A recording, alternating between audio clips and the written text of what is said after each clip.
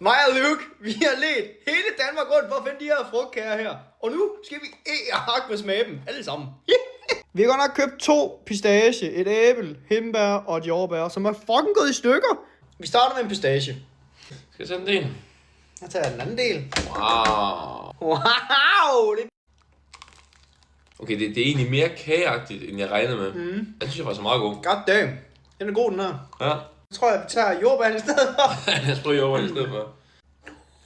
Prøv lige se. Der er sådan en til dem siden i. Min er lækker der med. Skål.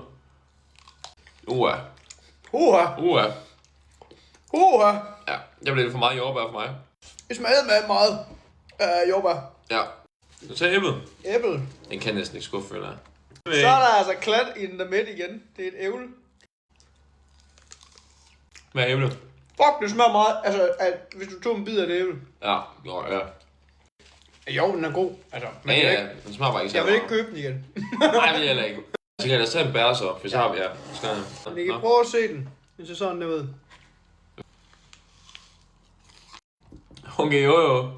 Den er faktisk imponerende, den her. Den er fucking god. Ja. Pistache. Number 1. 1. Hindbær. Nummer 2. Æble. Nummer 3. Nummer 3. Det koster en 50 stykket, og vi har købt 5. Så det bliver rugbrød. Det er blevet 600 så. Ja, det bliver rugbrød resten af måneden med.